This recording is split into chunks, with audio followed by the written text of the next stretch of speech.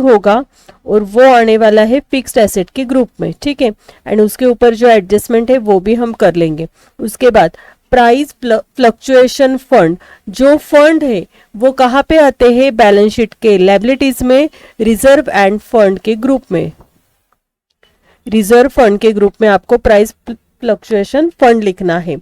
Sundry creditors, sundry creditors balance sheet के liabilities में आएगा, लेकिन कौन से ग्रुप में आएगा, तो ये आने वाला है आपका करंट लायबिलिटीज के ग्रुप में।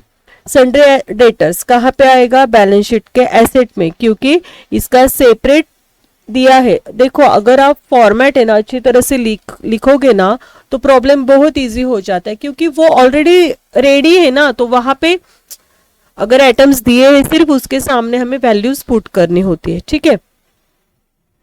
तो अभी क्या करेंगे, ऑफिस फर्नीचर का पोस्टिंग करेंगे। अभी ऑफिस फर्नीचर, उसके ऊपर एडजस्टमेंट, फिर price fluctuation fund, creditors and debtors का पोस्टिंग करेंगे।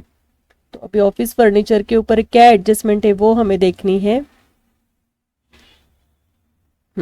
ऑफिस फर्नीचर के ऊपर fifth adjustment, charge 5% depreciation on office furniture. Office furniture के ऊपर हमें 5% डेप्रिसिएशन कैलकुलेट करना है, ठीक है। चलो अभी बैलेंस शीट के एसेट में जाएंगे, फिक्स्ड एसेट के ग्रुप में जाना है, वहां पे लिखना है ऑफिस फर्नीचर 5300।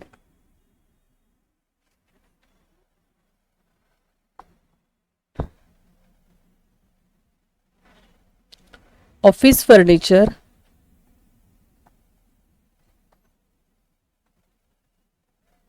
इनर कॉलम में लिखना है 5300 less depreciation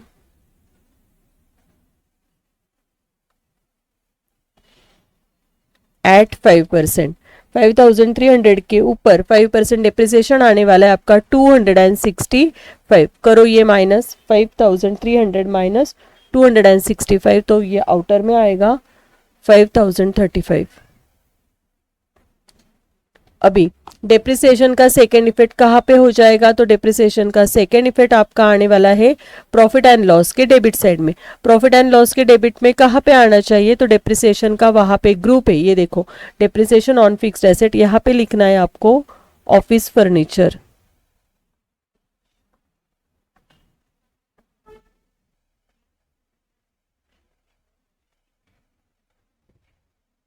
eight 5% 265।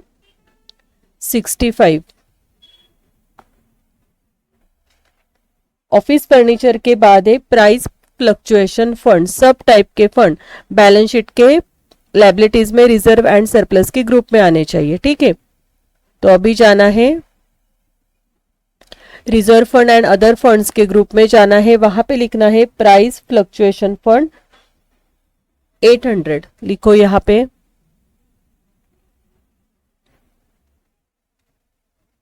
Price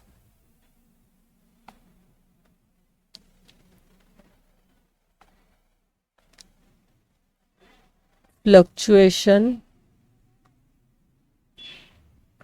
fund 800 rupees, ठीक है। नेक्स्ट था सन्ड्री क्रेडिटर्स, कहां पे आता है सन्ड्री क्रेडिटर्स, सन्ड्री क्रेडिटर्स आने वाला है करंट लायबिलिटीज के ग्रुप में। करंट लायबिलिटीज के ग्रुप में आपको लिखना है सन्ड्री क्रेडिटर्स।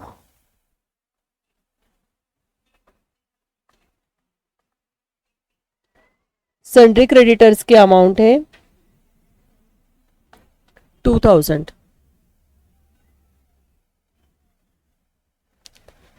नेक्स्ट दिया है सन्ड्री डेटर्स, तो सन्ड्री डेटर्स कहाँ पे आना चाहिए, सन्ड्री डेटर्स आएगा बैलेंस शीट के एसेट साइड में। डेटर्स का ग्रुप है वहां पे लिख देंगे सन्ड्री डेटर्स, ये देखो सन्ड्री डेटर्स, उसके सामने हमें लिखना है 3000, ठीक है।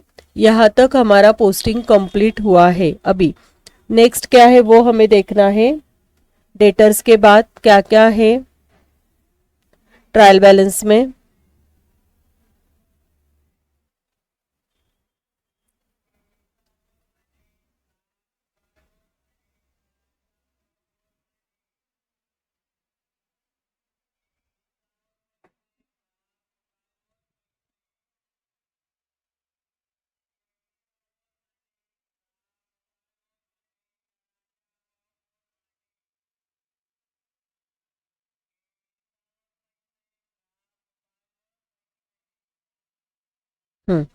डेटर्स के बाद है सैलरीज। सैलरीज कहाँ पे आना चाहिए? प्रॉफिट एंड लॉस के डेबिट साइड में। उसके ऊपर क्या एडजस्टमेंट है वो हमें देखनी है।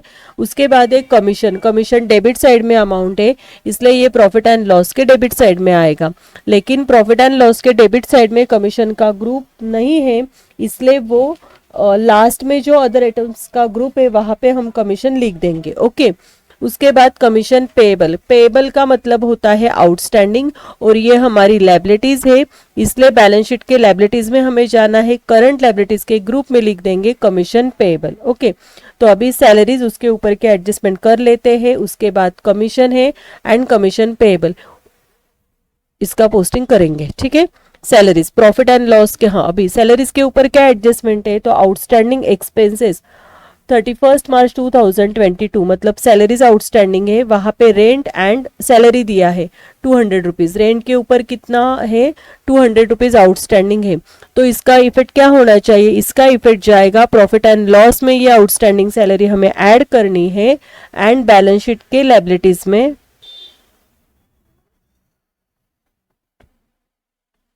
करंट लायबिलिटीज के ग्रुप में लिख देना है।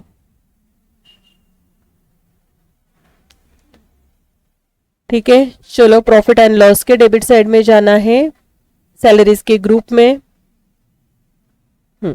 सैलरीज के ग्रुप में हमें लिखना है सैलरीज। इनर कॉलम में आएगी 7500। दो एडजस्टमेंट है वहां पे। सैलरीज इनर कॉलम में आएगी 7500। ठीक है। उसके ऊपर सेकेंड एडजस्टमेंट है आउटस्टैंडिंग सैलरी। तो करो, अभी आउटस्टैंडिंग सैलरी को ऐड करना है। ऐड आउटस्टैंडिंग सैलरीज, एंड ये आउटस्टैंडिंग सैलरीज है 300। आउटस्टैंडिंग सैलरीज है 200 है। ठीक है। एंड उसके नीचे थर्ड एडजस्टमेंट दी है सैलरी प्रीपेड। तो प्रीपेड का इफेक्ट क्या होगा? जैसे आउटस्टैंडिंग सैलरीज ऐड होती है, वैसे प्रीपेड सैलरी को क्या करना होता है? लेस करना होता है। करो यहाँ पे लेस प्रीपेड। प्रीपेड सैलरीज है 300। करो इसका वर्किंग।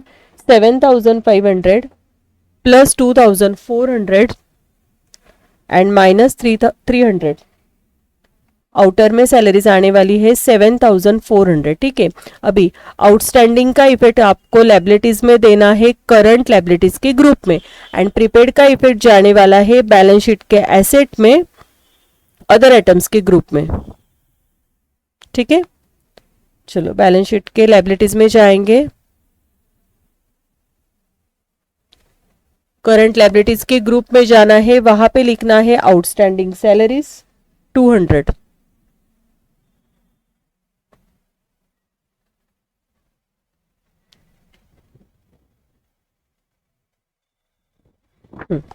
लिखो यहाँ पे आउटस्टैंडिंग सैलरीज।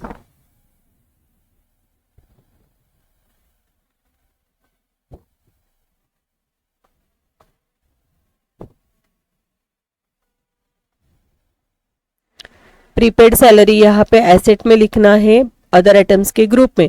ये देखो करंट लायबिलिटीज में क्या आता है? आउटस्टैंडिंग एक्सपेंसेस करंट लायबिलिटीज के ग्रुप में आते हैं।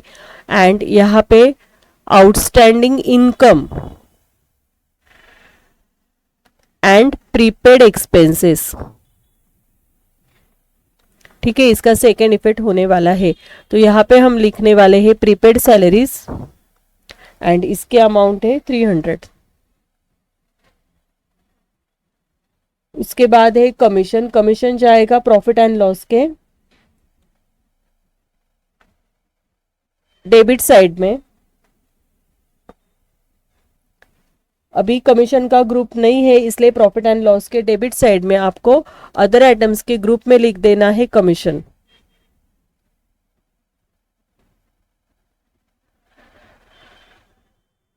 लिखो यहाँ पे अदर आइटम्स के ग्रुप में कमीशन 2700।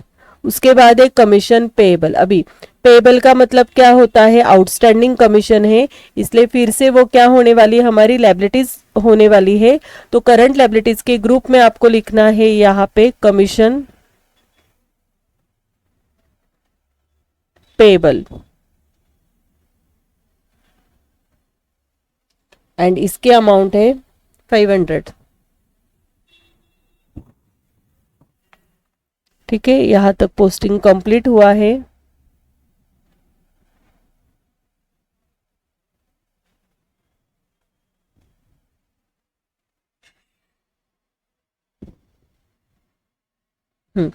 अभी है rent and taxes. Rent and taxes कहाँ पे आएगा, रेंट एंड टैक्सेस आने वाला है आपका प्रॉफिट एंड लॉस के डेबिट साइड में, एंड उसके ऊपर जो एडजस्टमेंट है वो भी हमें यहाँ पे करनी है। नेक्स्ट है पोस्टेज। पोस्टेज कहाँ पे आएगा,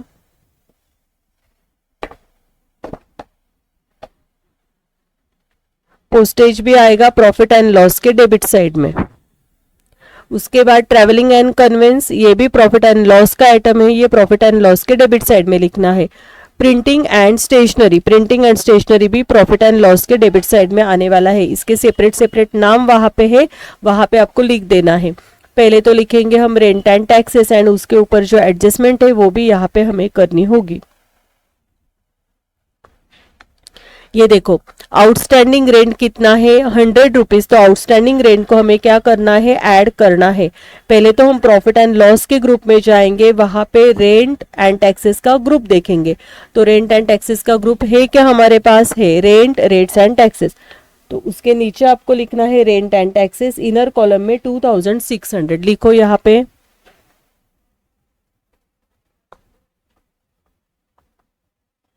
इनर कॉलम में आएगा 2600, एंड रेंट पेबल या आउटस्टैंडिंग रेंट है तो वो यहाँ पे ऐड होगा, ऐड आउटस्टैंडिंग। आउटस्टैंडिंग रेंट है 100 रुपीज, इसको ऐड करके आउटर में लेना है 2700। अभी आउटस्टैंडिंग रेंट का सेकेंड इफेक्ट कहाँ पे जाएगा, बैलेंस शीट के लायबिलिटीज में जाएगा। कौन से ग्रुप में, तो करंट लायबिलिटीज के ग्रुप में। जो आइटम प्रॉफिट एंड लॉस के डेबिट साइड में ऐड होता है उसका सेकेंड इफेक्ट बैलेंस शीट के लायबिलिटीज में जाता है।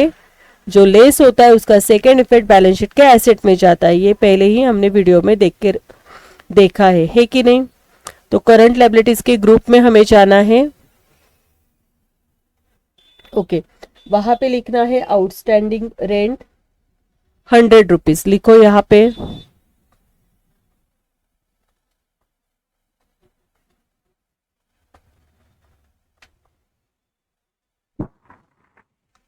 ठीक है,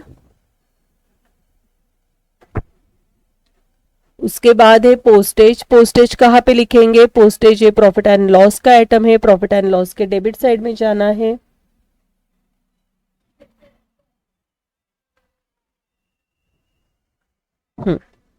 postage telegram and telephone charges के ग्रुप में हमें लिखना है यहाँ पे पोस्टेज, एंड पोस्टेज की अमाउंट है 1250।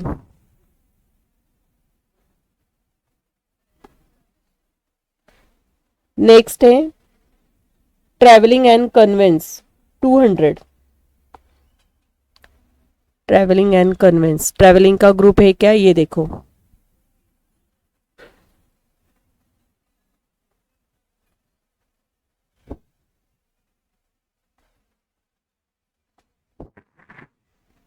इसके अमाउंट है ट्रैवलिंग के 200।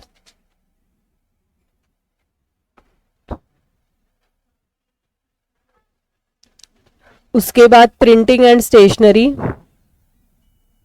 ये देखो प्रिंटिंग एंड स्टेशनरी, इसके सामने हमें लिख देना है प्रिंटिंग एंड स्टेशनरी के अमाउंट है 400।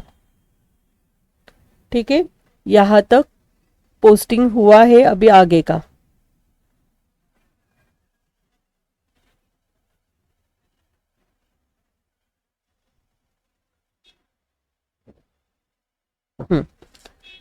अभी कॉल्स इन एरियर्स को क्या करना है, बैलेंस शीट के लायबिलिटीज में जो कैपिटल है ना वहां से वो हमें माइनस करना है कैपिटल से, ठीक है।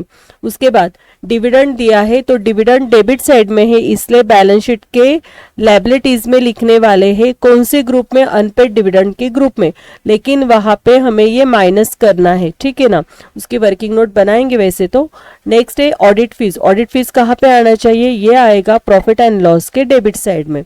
उसके बाद है इंटरेस्ट ऑन इन्वेस्टमेंट, अगर इंटरेस्ट डेबिट साइड में है तो प्रॉफिट एंड लॉस के डेबिट में आएगा, अगर क्रेडिट साइड में इंटरेस्ट है तो वो प्रॉफिट एंड लॉस के क्रेडिट साइड में आना चाहिए, तो ये क्रेडिट साइड में है इसलिए ये प्रॉफिट एंड लॉस के क्रेडिट साइड में आएगा, ठीक है। एंड उसके ऊपर जो एडजस्टमेंट है वो भी हमें यहाँ पे देखनी है।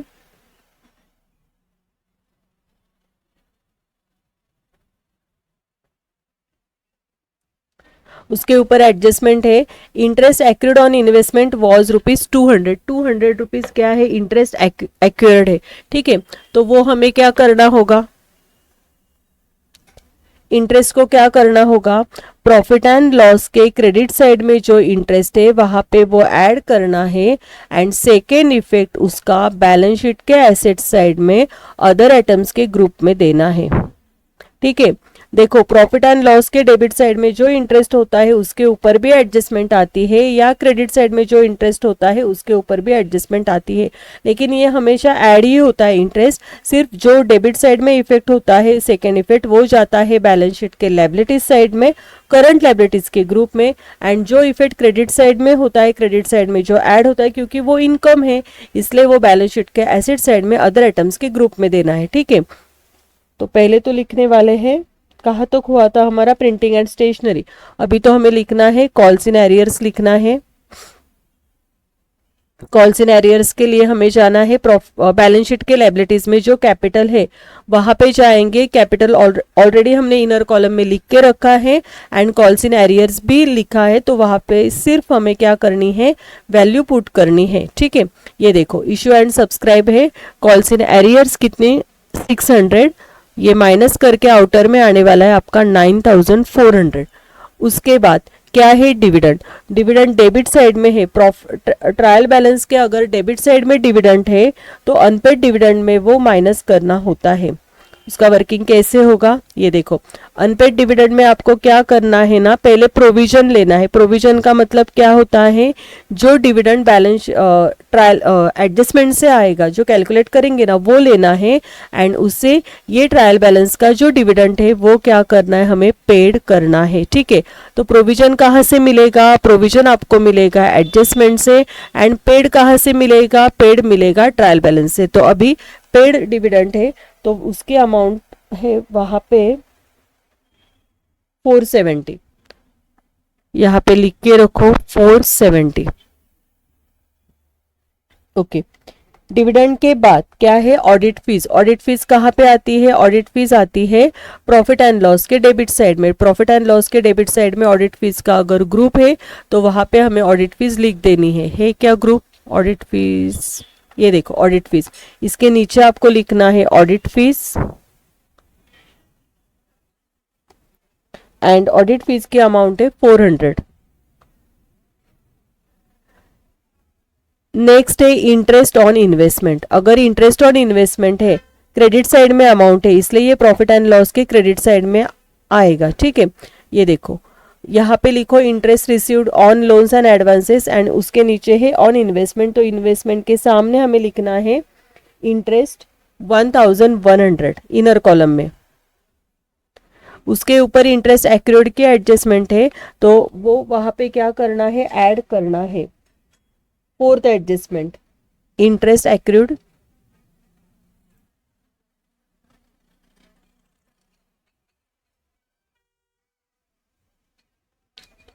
अमाउंट है 200, ठीक है, आउटर में आना चाहिए 1300। अभी इसका सेकेंड इफेक्ट कहाँ पे होना चाहिए, तो इसका सेकेंड इफेक्ट आपका जाने वाला है एसेट में अदर आइटम्स के ग्रुप में,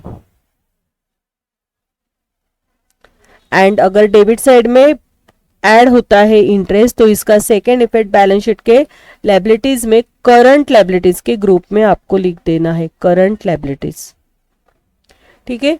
तो अभी 200 कहाँ पे जाएंगे, बैलेंस शीट के एसेट में, अदर आइटम्स के ग्रुप में हम लिख देंगे इंटरेस्ट एक्रूड ऑन इन्वेस्टमेंट। यहां पे लिखना है इंटरेस्ट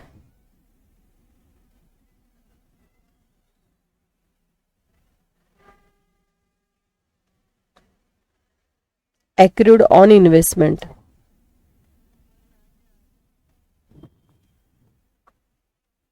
उसकी अमाउंट है 200।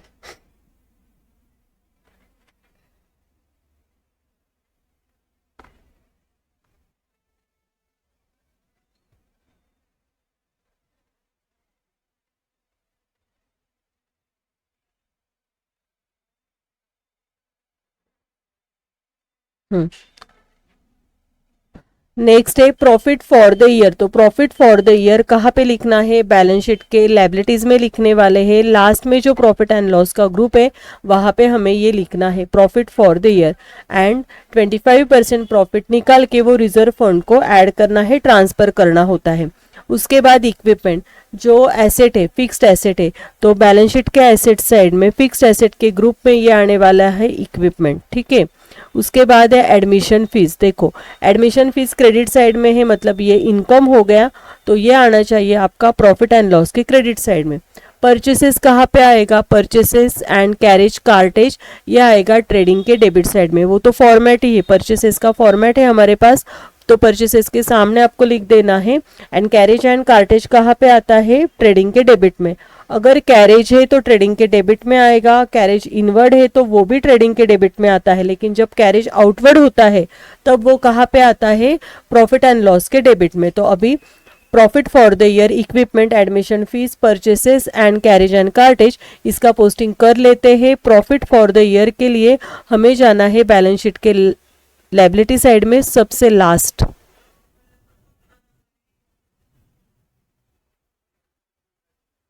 प्रॉफिट एंड लॉस के ग्रुप में हमें लिखना है profit for the year, inner column में 5000,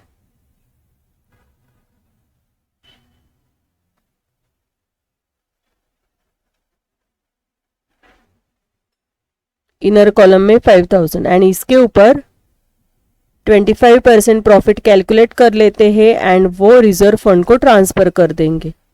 करो चलो, 5000 के ऊपर 25% प्रॉफिट कितना आना चाहिए, तो वो आएगा आपका 1250। वैसे तो ये एडजस्टमेंट है,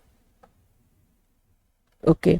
अभी ये रिजर्व फंड में हमें क्या करना है, ऐड करना है। ऑलरेडी हमने लिख के रखा है, देखो सिर्फ यहाँ पे वैल्यू पुट करनी है 1250, ठीक है। प्रॉफिट एंड लॉस के बाद है इक्विपमेंट। तो इक्विपमेंट कहाँ पे आएगा, बैलेंस शीट के एसेट साइड में। कौन से ग्रुप में आना चाहिए इक्विपमेंट, फिक्स्ड एसेट के ग्रुप में हमें लिखना है इक्विपमेंट।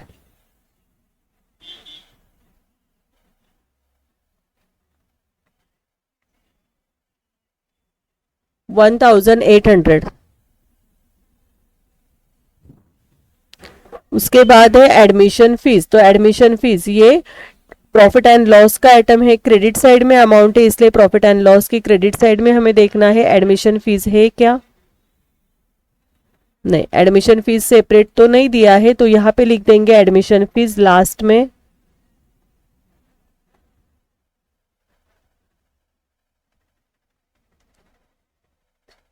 एडमिशन फीस की अमाउंट है 50।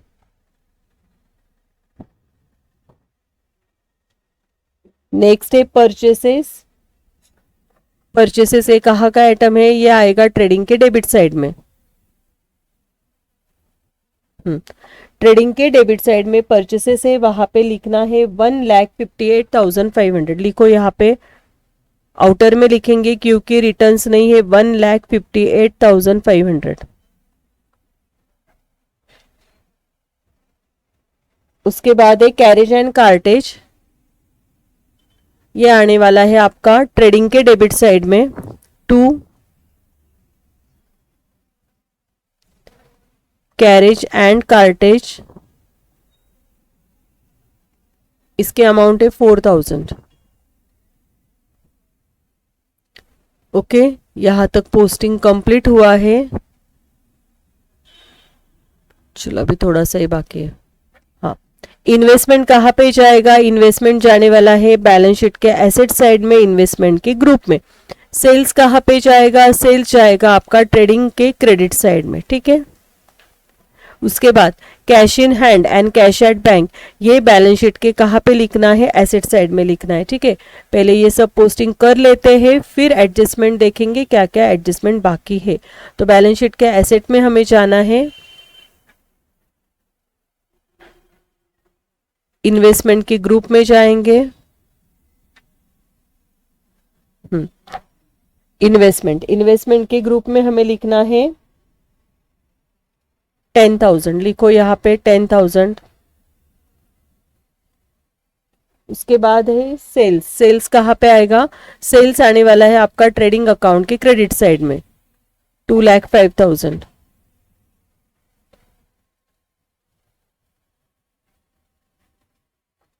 यहाँ पे आउटर में आपको लिखना है 2,05,000, क्योंकि अगर सेल्स रिटर्न या रिटर्न इनवर्ट होता है तो वो इनर कॉलम में सेल्स की अमाउंट आती है। उसके बाद cash in hand and cash at bank, ये हमारी एसेट है, इसलिए बैलेंस शीट के एसेट में उसका ग्रुप देखना है कैश का, और वहां पे लिख देना है। ये देखो कैश और बैंक बैलेंस का ग्रुप है, तो यहाँ पे लिखना है कैश इन हैंड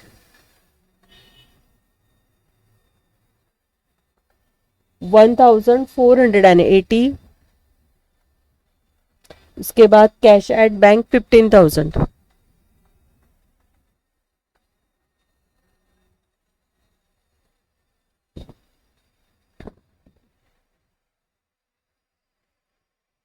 ठीक है, यहां तक ट्रायल बैलेंस कंप्लीट हुआ है। अभी देखेंगे एडजस्टमेंट।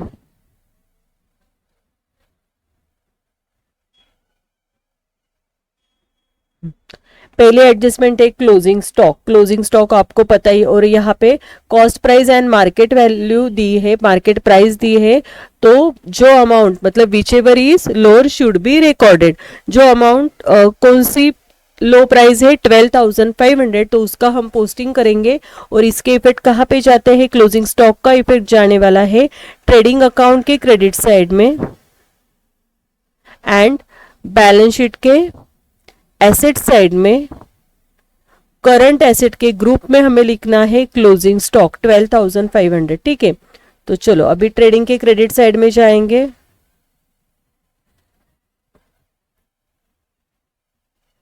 ट्रेडिंग के क्रेडिट साइड में जाना है, वहां पे लिखना है क्लोजिंग स्टॉक।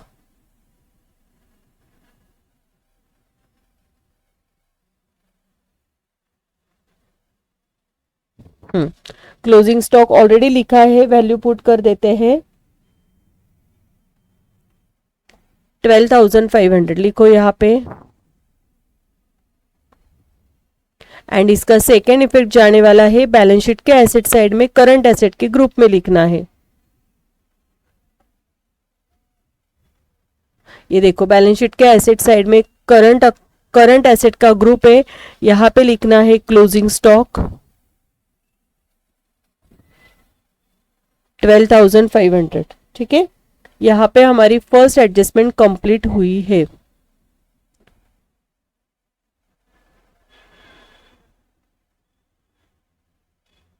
चलो second adjustment outstanding expenses complete हुआ है, सैलरी प्रीपेड भी कंप्लीट हुआ है, इंटरेस्ट एक्रूड भी कंप्लीट हुआ है, 5% डेप्रिसिएशन ये भी कंप्लीट हुआ है। उसके बाद है द सोसाइटी डिक्लेयर 10% डिविडेंड। हाँ, डिविडेंड के एडजस्टमेंट बाकी है। 10% डिविडेंड क्या करना है? हमें शेयर कैपिटल के ऊपर कैलकुलेट करना है। शेयर कैपिटल के ऊपर डिविडेंड हमेशा किसके ऊपर कैलकुलेट होगा? डिविडेंड हमेशा कैपिटल के ऊपर कैलकुलेट करना होता है। एंड उसका इफेक्ट कहाँ पे होगा? तो उसका पहला इफेक्ट देना है बैलेंस शीट के लायबिलिटीज में जो प्रॉफिट एंड लॉस का ग्रुप है, वहां से हमें ये माइनस करना है। एंड सेकेंड इफेक्ट दोनों भी लायबिलिटीज में होता है। And second effect balance sheet के लायबिलिटीज में जो अनपेड डिविडेंड का ग्रुप है, वहां पे हमें ये लिख देना है, ठीक है। तो अभी तो पहले तो कैलकुलेट करेंगे एंड उसके बाद ये दिया है, ये देखो the society also transfer 25% of their profit for the year. ये हमें प्रॉफिट क्या करना है? ट्रांसफर करना है 25%। ऑलरेडी हमने प्रॉफिट ट्रांसफर किया है to reserve fund and 310 to cooperative development fund and 310 ये कहाँ पे ट्रांसफर करना है, कोऑपरेटिव डेवलपमेंट फंड को ट्रांसफर करना है। फिर यहाँ पे हमारा प्रॉब्लम कंप्लीट हो जाएगा। ठीक है, तो अभी जाएंगे बैलेंस शीट के लायबिलिटीज में, डिविडेंड के प्रॉफिट एंड लॉस के ग्रुप में जाना है।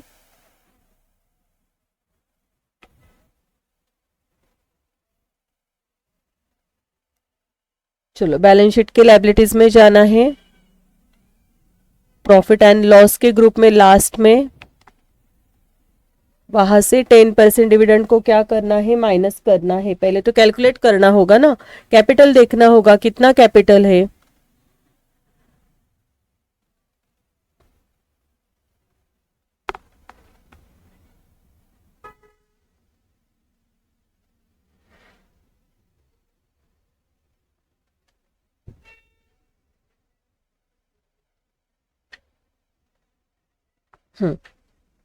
ये देखो बैलेंस शीट के लायबिलिटीज में कैपिटल है 9400। ठीक है, 9400 के ऊपर क्या करना है, हमें 10% डिविडेंड कैलकुलेट करना है। तो डिविडेंड किसके ऊपर निकालते हैं, कैपिटल के ऊपर, लेकिन वो कैपिटल क्या होना चाहिए, कॉल्स इन एरियर्स के बाद जो कैपिटल आता है उस वो अमाउंट हमें यहाँ पे लेनी होती है। ठीक है, करो चलो यहाँ पे less 10% dividend on capital, capital की अमाउंट है 9400, इसके ऊपर 10% कैलकुलेट करना है। 9400 के ऊपर 10% आने वाले हैं आपके 940 एंड इसका सेकेंड इफेक्ट कहाँ पे जाएगा, इसका सेकेंड इफेक्ट सेम लायबिलिटीज में ही लेना है। कहाँ पे, तो अनपेड डिविडेंड के ग्रुप में। ये देखो प्रोविजन कहाँ से आती है, एडजस्टमेंट से। तो ये आया है अभी डिविडेंड हमारा 940 से 470 आपको माइनस करना है। तो आउटर में कितना आना चाहिए, आउटर में ये अमाउंट आएगी 470। ओके, यहाँ पे डिविडेंड के एडजस्टमेंट कंप्लीट हुई है एंड लास्ट एडजस्टमेंट थी 310 टू कोऑपरेटिव डेवलपमेंट फंड। 310 हमें कोऑपरेटिव डेवलपमेंट फंड को अगर ट्रांसफर करना है तो वो प्रॉफिट एंड लॉस से ट्रांसफर करेंगे बैलेंस शीट के लायबिलिटीज में। ये देखो प्रॉफिट एंड लॉस के ग्रुप में यहाँ पे लिखना है less transfer to cooperative development fund.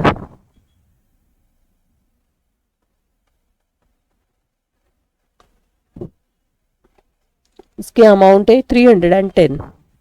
मतलब जो सब ट्रांसफर होते हैं ना वो बैलेंस शीट के लायबिलिटीज में जो प्रॉफिट होता है वहां से ट्रांसफर करने होते हैं एंड पर्टिकुलर फंड, पर्टिकुलर जो रिजर्व होता है उसमें वो अमाउंट ऐड हो जाती है। तो यहाँ पे कोऑपरेटिव डेवलपमेंट फंड जहाँ पे है, मतलब रिजर्व एंड सरप्लस के ग्रुप में है, वहाँ पे हमें वो फंड ऐड करना है।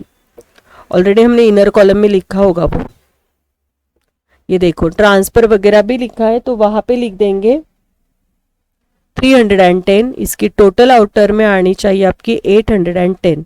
ओके, यहाँ पे हमारा प्रॉब्लम कंप्लीट हुआ है। अभी 1 बाय 1 अकाउंट क्लोज करेंगे। पहले क्लोज करेंगे ट्रेडिंग अकाउंट। ट्रेडिंग अकाउंट से जो डिफरेंस आएगा वो हमारा होने वाला है ग्रॉस प्रॉफिट। ठीक है, चलो ट्रेडिंग अकाउंट में जाएंगे। ट्रेडिंग अकाउंट की क्रेडिट साइड में दो अमाउंट है 2,05,000 एंड 12,500। इसकी टोटल आने वाली है 2,17,500। लिखो यहाँ पे 2,17,500। सेम टोटल डेबिट साइड में आपको लिखनी है 2,17,500। करो माइनस करो 11,250, 1,58,500 एंड 4,000। ये माइनस करके जो बैलेंसिंग फिगर है वो आ रही है 43,750। ये हो गया ग्रॉस प्रॉफिट।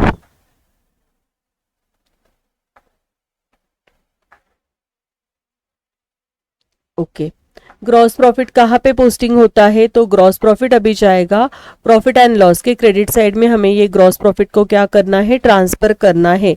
फिर से हमें प्रॉफिट एंड लॉस क्लोज करना है। जो बैलेंस आएगा वो हो जाएगा हमारा नेट प्रॉफिट। चलो प्रॉफिट एंड लॉस के क्रेडिट साइड में जाएंगे, यहाँ पे लिख देंगे क्रेडिट साइड में लास्ट में ग्रॉस प्रॉफिट।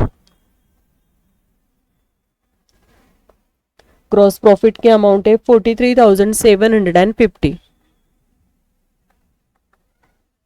ठीक है, अभी प्रॉफिट एंड लॉस क्लोज करना है। प्रॉफिट एंड लॉस की क्रेडिट साइड के पहले तो टोटल देखेंगे। ठीक है, क्रेडिट साइड में फर्स्ट अमाउंट क्या है, 1300 है। उसके बाद क्या है, करो ऐड, 50 रुपीज। एंड लास्ट में है 43,750। तो इसकी टोटल आ रही है आपकी 45,100। कितनी टोटल आएगी, 45,100। लिखो,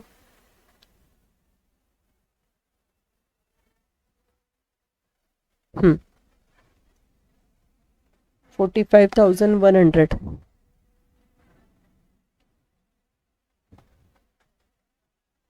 सेम टोटल डेबिट साइड में लिखनी है 45,100। ठीक है, अभी ये माइनस कर दो, मतलब डिफरेंस निकालना है। जो डिफरेंस आएगा वो हो जाएगा हमारा नेट प्रॉफिट। अभी 47,100 से क्या क्या माइनस करना है, पूरी डेबिट साइड को माइनस करना है। फर्स्ट अमाउंट क्या दिख रही, फर्स्ट अमाउंट है सैलरीज, जो आउटर में आई थी 7,400, करो माइनस।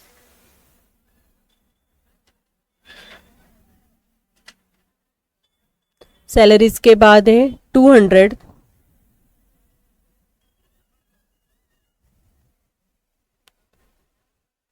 उसके बाद 2,700, करो माइनस, 1,250, 400,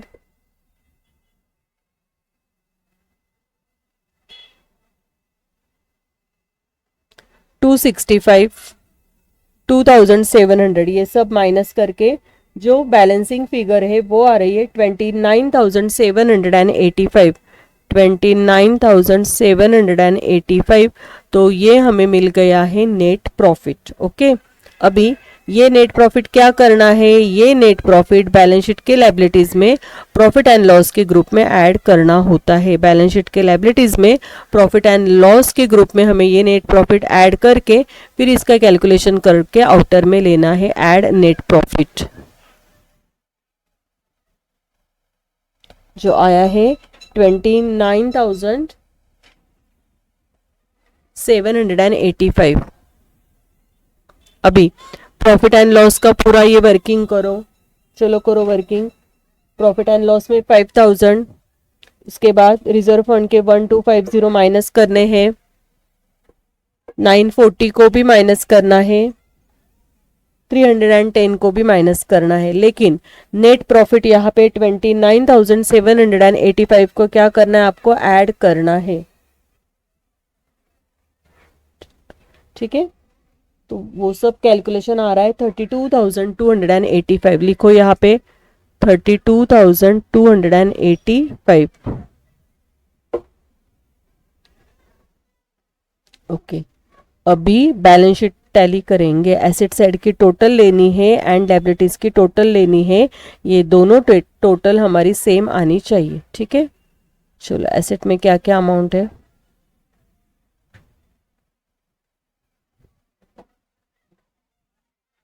हम्म, 1,480, नेक्स्ट 15,000, 10,000,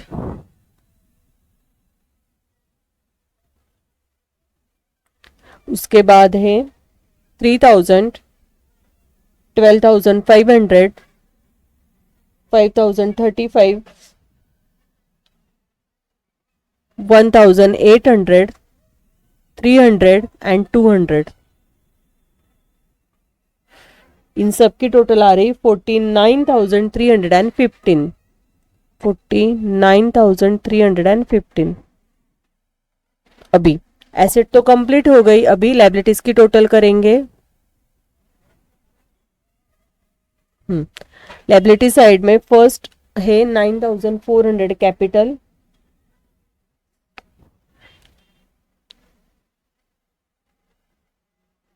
उसके बाद ये रिजर्व फंड आउटर में लेना है आपको 2,750, नेक्स्ट 810, नेक्स्ट 800,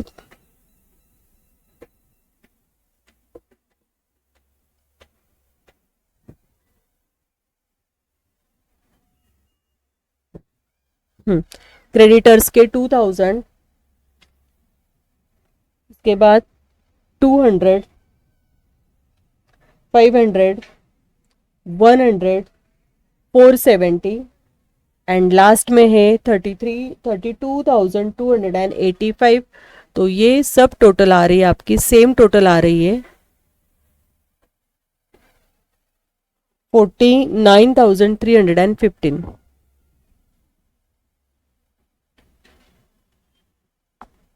यहाँ पे आपका ये टॉपिक कंप्लीट हुआ है। पूरे टॉपिक की पीडीएफ, मतलब कंप्लीट सॉल्यूशन की पीडीएफ आप एक बार चेक कर लीजिए, और आपको एग्जाम में ये वीडियो यूजफुल हो रहे हैं तो आप कमेंट करके ज़रूर बताना, और आपके फ्रेंड्स के साथ ज़्यादा से ज़्यादा